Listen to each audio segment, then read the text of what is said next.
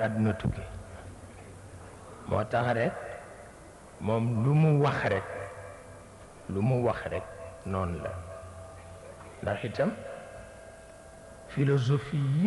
philosophie asamaan ci ëpp doole te philosophie asamaan itam ki ñu ko interprétel na mu ware mooy yonent bi sallallahu alayhi wa sallam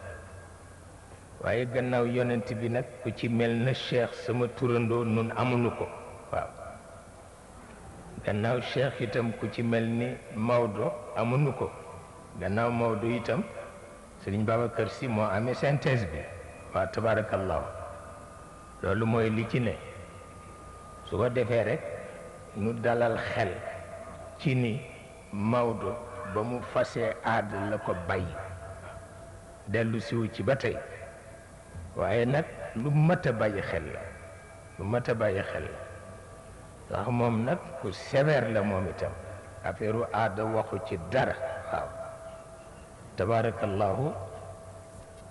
yàlla dogal mu yar nu ci loolu